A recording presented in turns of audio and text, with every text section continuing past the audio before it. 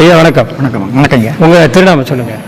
தேஜோவிடங்க குருக்கள்னு பேர். சரிங்க. நீங்கள் எவ்வளோ வருஷமாக இந்த திருக்கோவில் 30 வருடங்களாக நான் அந்த பணி பண்ணிட்டு வருவோம். சரிங்க.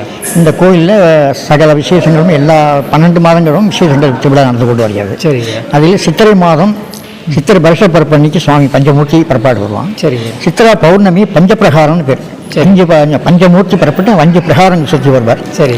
அதே மாதிரி சித்திரையில் நடராஜாருக்கு திருவோண அபிஷேகம். சித்திரை திருவோணத்தில் நடராஜ அபிஷேகம் 6 அபிஷேகத்தில் சித்திரை திருவோணம். அதுக்கு பிறகு வைகாசி மாதத்தில் வைகாசி விசாகம் பௌர்ணமி அன்று வசந்த உற்சவம்னு பேர். சுவாமி அம்பாவும் வசந்த உற்சவம்னா அப்படி இதுவாக இருப்பா மண்டபத்தில் இருந்த மாதிரி அங்கே மதிவாரண மண்டபங்கள்லாம் செய்துவிட்டு கோயில் அது விசேஷமாக ஆடுவாங்க அன்றைக்கி. வைகாசி மாதத்தில். சரி. அதே மாதிரி ஒவ்வொரு மாதங்கள்லாம் ஆனி மாதத்தில் ஆனி திருமஞ்சனம். சரி. இந்த திருவாதிரைக்கு அடுத்தது ஆனி திருமஞ்சனம். சரி. சிதம்பரத்தில் எப்படி நடக்கிறதோ அதே மாதிரி இந்த கோயிலையும் ஆனி திருமஞ்சனம் வந்து ரொம்ப விசேஷமான கஷேத்திரமா. சரி.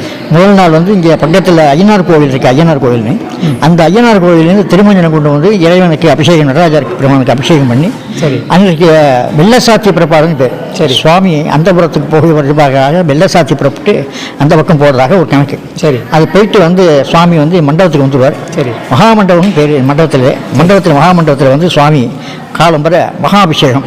சரி. அபிஷேகம் செய்து ஆணையத்துமே அபிஷேகம் செய்து மறுநாளைக்கு சாயந்தரம் 5-6 மணி போல் 6:30 மணி போல் அபிஷேகம் சுவாமி தீபாரண அலங்காரம் பின்னலங்காரம் மின்னலங்காரம் பண்ணி சுவாமி எழுந்தருள்வார். எழுந்தருள் வேறு பிரகாரங்கள்லாம் சுற்றி வந்து இங்கே பக்கத்தில் கோவிலுக்கு தென்புறத்தில் அம்மன் கோவிலுக்கு தென்புறத்தில் ஒரு சுவாமி அம்பாலும் எதிரும் எதிரமாக நிற்பாங்க. சரி.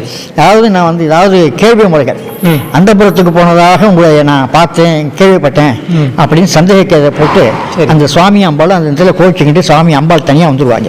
சரி. வந்து சுவாமி பெரிய கதவை சாத்திடுவார். சரி. கதவை சாத்திட்டு சுவாமி வந்து வேகமாக ஓடி வந்து மட்டை அடிக்கிறதுன்னு அதாவது ஊழ உற்சவம்னு பேர். சரி. அந்த ஊழ உற்சவம்னா அவங்க வாழையை தட்டுவாங்க. சரி. வாழையை தட்டின உடனே சுவாமி அம்பாள் வந்து தொடக்கிறதாக இருக்குது. சரி. அதுக்கப்புறம் வந்து குறுக்கல்ல வேறாக ஏற்பட்ட சுந்தரமூர்த்தி சுவாமியினர் சுவாமிகிட்ட வந்து ஐயா அம்மா 2 பேர்ட்டையும் வந்து அவர் அப்படி கிடையாது. சரி. அவர் உலகத்துக்கே பெருமான்.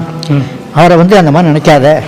நீங்கள் வந்து எங்களுக்கெல்லாம் நீங்கள்லாம் சேர்ந்து இருந்து எங்களுக்கெல்லாம் அருள் புரியணும் அப்படின்னு சொல்லி அவள் 2 பேரையும் இது பண்ணி அவள் எதாவது நம்ம என்ன காரியங்கள் செய்தாலும் அந்த பாவத்தை நிவர்த்தி பண்ணுறதுக்கு ஒரு புனிதமான இடத்துல வந்து தீர்த்தம் இது பண்ணுவான். அதே மாதிரி 2 பேரையும் உட்கார வச்சு மகாலட்சுமி தீர்த்தம்னு பேர். சரி. சிவதீர்த்தம்னு பேர். அது அந்த தீர்த்த குளத்தில் வந்து தீர்த்தவாரி பண்ணுறது தீர்த்தம். அதாவது தீர்த்தவாரி சூலபாணி வச்சுட்டு இந்த மாதிரி எந்த குறையும் நான் இது செய்யலை நாங்கள் 2 பேரும் சேர்ந்து இருக்கோம் அப்படின்னு அந்த இடத்துல தீர்த்தவாரி பண்ணி சுவாமி அம்பாலும் சேர்ந்து வருவாள். சரி. சேர்ந்து வந்த உடனே இங்கே கண்ணாடி மன்றத்தை ஜீவாரணம் பண்ணி சுவாமியை உள்ளுக்குள்ள